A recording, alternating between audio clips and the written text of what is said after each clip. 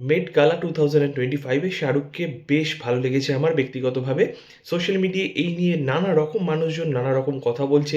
অনেকে বলছে এটা ভালো নয়, অনেকে ওটা ভালো নয়। বিভিন্ন রকম মানুষজন কথাবার্তা বলছে। আমার কোনটা ভালো লাগলো, কোনটা ভালো লাগলো না সেটা নিয়ে আজকের এই ভিডিও।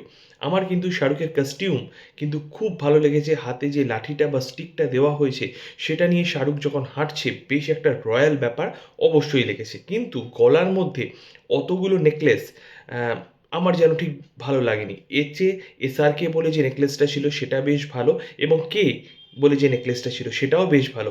এই দুটো নেকলেস ছাড়া একাধিক নেকলেস দেওয়াতে আমার যেন একটু ব্যক্তিগতভাবে খারাপ লাগছে। আমি ফ্যাশন ডিজাইনের সেরকম কিছু বুঝি না। সব্যসাচীর মতো একটা ব্র্যান্ড তাকে সাজিয়েছে। ন্যাচারালি খুব ভালো হবে। কিন্তু কোথাও গিয়ে আমাদের সাধারণ মানুষের চোখে যেটা ভালো যেটা খারাপ সেটাই তুলে ধরা আরকি।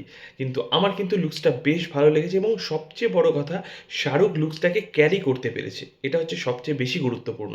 তো যাই হোক আল্টিমেটলি সে রিপ্রেজেন্ট করছে আমাদের ইন্ডিয়া থেকে।